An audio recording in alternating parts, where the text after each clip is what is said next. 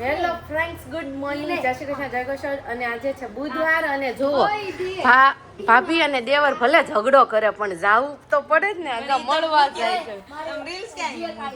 મૂકી જ ને મોહન આવી ગયો, જોઈએ કેટલાય લીધો, હું ક્યાં મૂકી તો ભારે કરે ને. તમે શોર્ટ્સ નો જોયે, જેને જેને શોર્ટ્સ જોયો હોય ને કોમેન્ટમાં જણાવજો કે ભાભી દેવર વચ્ચે ઝઘડો થયો તો ભાભીને મળવા જવું હતું અને દેવરને મળવા નહોતા જવા દેવા. એ બાબતે અને કોણ જીતશે ને એ કોમેન્ટ કરવાનું મેં કીધેલું હતું શોર્ટ્સમાં. પણ જો આખીર ભાભી છે ને મળવા જાય છે ને કેટલો સામાન થોડો ને મારે રેડી કરવાના છે. મારો સામાન તો એક જ બેગમાં છે, એમાં ત્રણે મા દીકરાનો સામાન છે, એમાં બાકી આ સામાન તો પાર્લરમાં એવું છે. અયાશ મનસ્વી આ બધા પણ કેટલું ડિસ્કસ હાલે છે. ફ્રેન્ડ તો વહી જાય મામાને ઘરે તો હું કેસ ખબર છે કે રૂહી ગામડે વહી ગઈ કાલે, એમ કે એમ મને કહેતી હતી, એ કહેતી હતી. હાય તું તાર રહેવું છે એમ સ્પોર્ટમાં જવાના છે, તાર આવવું હોય તો કાંઈ તો જા તું મામાને ઘરે. અમે તો સ્પોર્ટમાં જઈશું, ગેમ ઝોનમાં જાશું. શું બ્રેસલેટ કેટલાક બનાવસ બ્રેસલેટ? અને ભાભી જો નવો નાઇટ ડ્રેસ પહેરીને તૈયાર થઈ ગઈ. મેં તો મુહૂર્ત કર્યું એટલે નવો થયો ને. ઓલા નાઇટ ડ્રેસ નહીં, સોરી, કોટ સેટ. મારે ભૂલમાં જ બોલાઈ ગયું. બધા ઇન્ટેલિજન્ટ ના મેં નથી પહેર્યો કોટ સેટ કોઈ દિવસ ને, એટલે આમ આપણે રીલ શૂટ કરતા હોય ત્યારે જ પહેર્યો. આમ રનિંગ વેર માટે પહેરલી વાર ભાભી એક વેર કર્યો કોટ સેટ. ઓકે. અને મમ્મી અને પ્રિયાંશ ને પપ્પા ગયા છે ફઈને પગમાં ફ્રેક્ચર આવ્યું છે ને, તો અહીંયાથી થોડુંક રનિંગ વેર માટે પહેરાય એવા કોટ સેટ દેવા અને અખરોટ ને કાજુ ને એવું બધું અંબાવા ગયા છે. ફઈ છે એકલા ને એટલે હે ને બા છે ને એટલે મમ્મી આ લઈને ગયા છે બાને. અને રાહુલ જો ક્યાં ત્યાં બેઠા જો દાદા. હવે કાંઈ કેવું નથી, ભાભી તમારા જાય છે મળવા એટલે શું કેવું? તમારે કઈક તો કેવું પડે ને, બે શબ્દ. અને હજી 3-4 દી તો મળશે નહીં, એનું કરો. કામ અધૂરા રાખીને જાય તો મારે શું કેવું? 4 દિવસ નહીં આવે ને હજી એમ કે મારે ગામડે જાવ 10 તારીખે. જો એવું કે તો કાંઈ નથી જવા દેવાનું, તો ભલે ને કે જો સાંભળું, એ તો ગામડે જવા નહીં જ મળે. એ કે 11 તારીખની ટિકિટ લખાઈ દીધી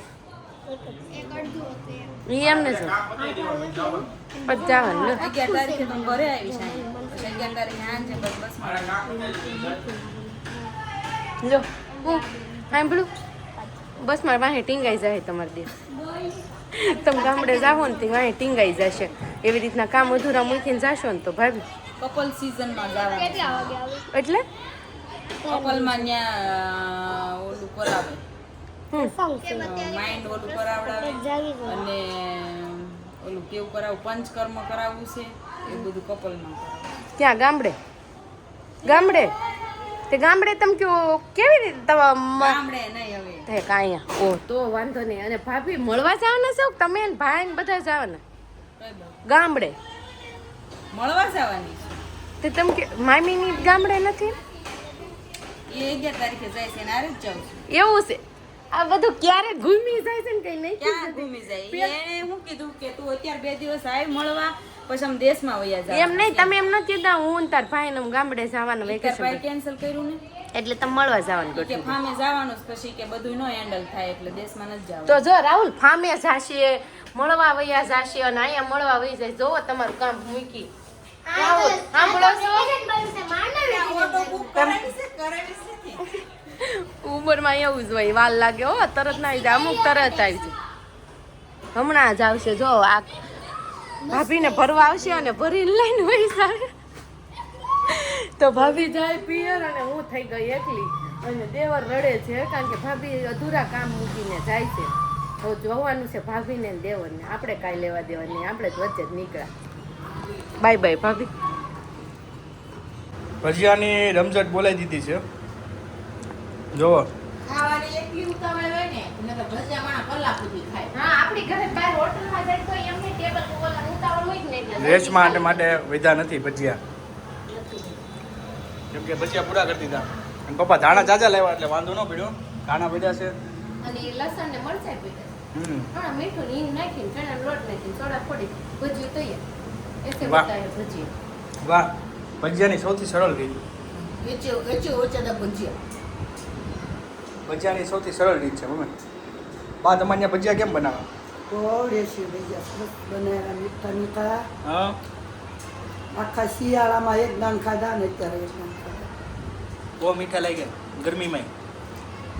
ભાઈ ગરમીમાં ભજીયા ખાવાની મજા આવે કે ન આવે? ગાઈસ કોમેન્ટ કરીને કહેજો. આપણે ગુજરાતી ભજીયા ગમે ત્યાં થાય. આવું જેવાને તો પાછા તૈયાર મળ્યા હોય ને હા હાથે રોટલો ઘડીને ખાવાનો હોય કઈ ભાવે નહીં તૈયાર મળે મજા આવી જાય. મજા આવી જાય. ભજીયા કરી રહું તો ખાવાનું મન ન થાય હા ભજીયો ન ભાવે તું આથી. જો હવે લોટ નવો બાંધવો પડશે રેસમાં જે બાંધવો હતો. નહીં પડે, ડોવો પડશે. દોવો પડશે ભાઈ. ફિયોન્સ. બોલો. ફિયોન્સ નહોતો બોલ્યો, ફિયાન્સ બોલ્યો તો. ફિયાન્સ. ફિયાન્સ જ થાય પણ બી ગયા. કોણ? હું. એમાં શું છે, કસ્ટમર આવ્યા હતા અને એમની સગાઈ થઈ ગઈ હતી એટલે મેં એમને કીધું કે પેમેન્ટ કરતા હતા, મેં ફિયાન્સને કરવાનું કહી દેજો મેં જરાક. ઠીક છે કોને એમ એટલે મેં કીધું ફિયાન્સ એમ. ઠીક છે એ હું એમ તો મેં આને કીધું હું કહેવાય, મેં કીધું એમ હા, તો ઈ જ કહેવાય. ઘરવાળાને મેં કીધું એમ ખાવાના હોય એ મેં કીધું એમ. ઠીક છે ફિયાન્સ જ કહેવાય એમ. પછી ઓલા બેને એમ કીધું હા એ જ છે એમ. હે ને હા. એમ એટલે એ નહોતા ઈ સમજ્યા. નહોતા સમજ્યા. એટલે એને ખબર તો હતી ફિયાન્સ મતલબ એમ ખબર સમજાણો હતા કંઈક અલગ વર્ડ છે એમને સમજાણો. બોલો મમ્મી કરે છે લાઈટ કરજો છોકરા. અને આમ જો રાહુલ, આજ તો આમ બહુ હેન્ડસમ લાગો છો. તો હું હેન્ડસમ જ છું લેવડી. લે કેદી હેન્ડસમ નથી. પણ આજ તો આમ વાળ તો જો ઓલા સિલ્કી. શાહરુખ ખાન જેવા લાગે. રેશું એમાં જો દાઢી કરાય ને તો માગું આવે હા બસ હો મમ્મી. માગું આવે ને મમ્મી? આવે ને માગું બસ તો બસ મમ્મી કેમ વળી? હાથે ગોળી લેવી. હારું મારે ત્યાં ભજીયા કરી રાખે તું આવીને ખાઈ લો. કા નીચે ઊંભાડે તું અહીં ભજીયા કરતા. હું એવું કરતો નથી પણ આમ જો આ મને શીખવાડે છે એવું. આવી વાઈફ કોને કોને છે ને કામમાં તો આવે મતલબમાં એમ. કુછ ભી. અને પ્રિયાંશને આવું ઘર બનાવવાનું છે આવું ચિલ્ડ્રન. ઘર બનાવવું છે ને કેવું ઘર? આવું. હેપીઓ. હા આવું ગમે ઘર છે તને એવું બનાવવાનું ઘર? ગાર્ડનમાં? ગાર્ડનમાં? પણ તો હજી ભજીયા તો મને ખાવા દે. તું બનાવવા માંડ એટલે મમ્મી ખાઈ લે ઉપર ચડીને બનાવવા માંડ ના ના ના ના ભાઈ. ગાર્ડનમાં માટે ગાર્ડન જમવા ગાર્ડન જવા માટે તો ગમે ઈ કરવા તૈયાર હોય. આમાં લોટ નાખો તો સેજ લ્યો તો. ના ના લોટ મારાથી નહીં નખાયો. ભાઈ એને નો એમને વાંદરાને તમે નિહણી છીંદો તો શું થાય? નહીં ના સેજ હે? નાખો બે ચમચા. વાંદરાને નિહણી છીંદો શું થાય? ઈ વાતે જરી બે ચમચી નાખો હાલો. કોણ મૂક્યો ઘડી જો ઢોળ્યો મમ્મી આને કયો ને. બસ બસ બસ મૂકી તો દો. બે ચમચી તો કીધો. નથી જોતી તમારા હાથની ગેસ. જોયો ને કેવું કરે છે ગાઈસ કેવું મારી જ કરે સાથે. ને આમ જો આમ જોવો મમ્મી. આમાં ભજીયા કરવા દીધા હોય તો હાલે હાલે હાલે મેં કીધું હવે મેં કીધું તમે ન કહી પણ તમારે. હવે મેં કીધું જોઈ લે. જોવો ગાઈસ એક તો પોતે કરે છે બધું અને પાછો મારી ઉપર બ્લેમ કરે છે. કાલે મેમરી ફૂલ થવાથી વ્લોગનું શૂટિંગ અટકી ગયું હતું વચ્ચે. પછી રાત્રે ઘણી બધી મહેનતો કરીને ડિલીટ મારી દીધું છે અને આજે આ બ્લોગ ખતમ થાય છે. કાલે ફરીથી મળશું નવા બ્લોગ સાથે. જય શ્રી બધાને જય શ્રી કૃષ્ણ.